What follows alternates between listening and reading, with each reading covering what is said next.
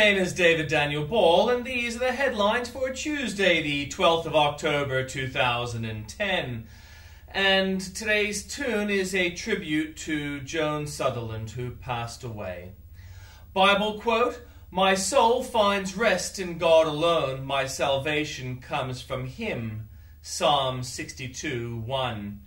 And from Fox headlines, in an election year, President Obama isn't talking about a gas tax, but industry experts, including two ex-transportation secretaries, say federal gas tax, unchanged since 1993, will have to be increased to pay for the president's $50 billion planned investment in roads, railways, and runways.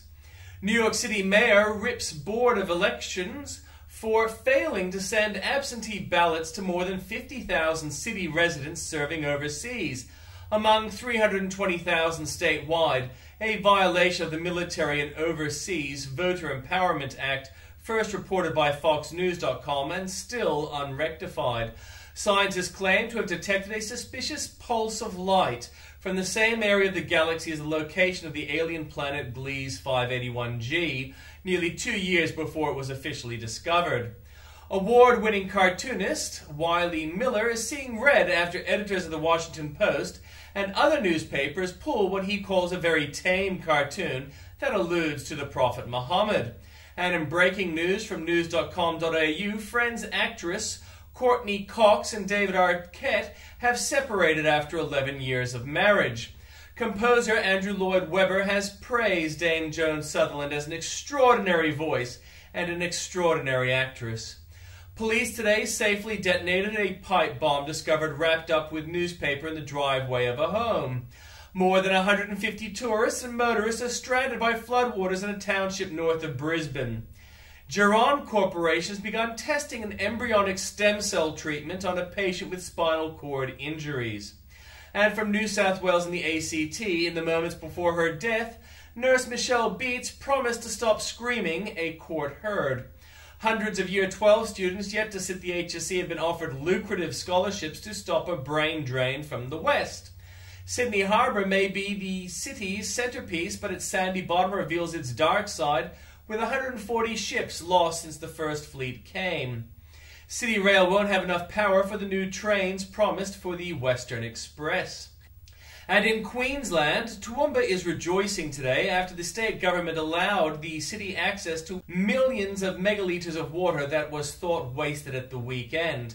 A possible sighting of a rare monkey missing after a break-in in Alma Park Zoo will be followed up this morning at Dakabin, north of Brisbane. The rising Australian dollar has put Queensland in a no-win situation, with tourism, farming and struggling home buyers all in the firing line. Brisbane's bike hire scheme has had teething problems, with some riders unable to use their subscriptions and others incorrectly locking bikes into stations. From Victoria, drivers caught by speed cameras will be given free photos in a government move to shore up confidence in our camera system. Bullied students are being advised to joke with their tormentors or ask them politely to stop under new guidelines. Can't tell that there's an election going on there soon. From the Northern Territory, children broke into the home of a one-legged woman, damaged a scooter, trashed the home and garden, and set fuel tin on fire. From South Australia, Premier Mike Rann is standing firm against Labor Party warlords and rejected calls to stand down from the leadership and make way for new blood. Central market traders have called on the next city council to make updating the markets a priority because they're struggling to compete with the big supermarkets.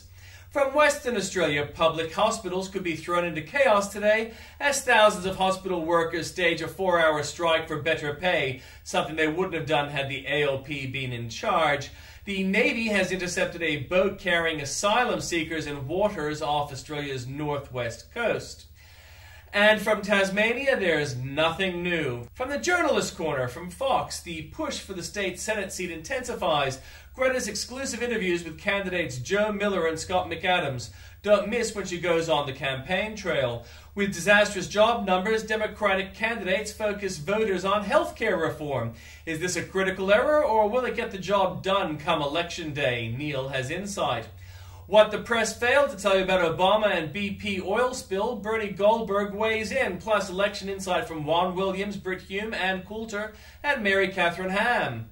From the U.S. campaign for Burma, hold an event to mock this election charade. Burma is set to have its first election in 20 years on November 7th, but these elections are just for show. The outcome has already been decided: continued military rule. Marching, chanting slogans, and speaking out against the military regime are all prohibited. Polling stations will not be open in most ethnic minority areas, denying them the right to vote. You can read more for there and sign up to help at the link. And in comments from Piers Ackerman, with a heavy heart, another father of an Australian soldier killed in Afghanistan has joined the growing chorus of disgust at the decision by Director of Military Prosecutions Brigadier Lynn McDade to prosecute 3 commandos involved in a deadly night action. My comment: our troops deserve the support of their people and their government. If our government won't support them, take them out. I am sick of the ALP's warmongering and profiting from the deaths of our troops. Even so, the specific incident was a Special Forces op. They were under fire and responded appropriately as per circumstance. That there might have been a mistake was not their fault, but the fault of command or possibly government. Peacekeeping is a language construct to preserve the importance of the UN. It is no different to warfare, and possibly worse, as those Dutch peacekeepers found in Yugoslavia when their rules of engagement didn't allow them to act to help those being killed in front of them.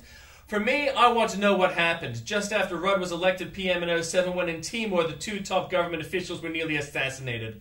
It looks like Rudd involved himself with a bungled special ops, and I think that Brigadier Commissar should investigate Rudd for war crimes.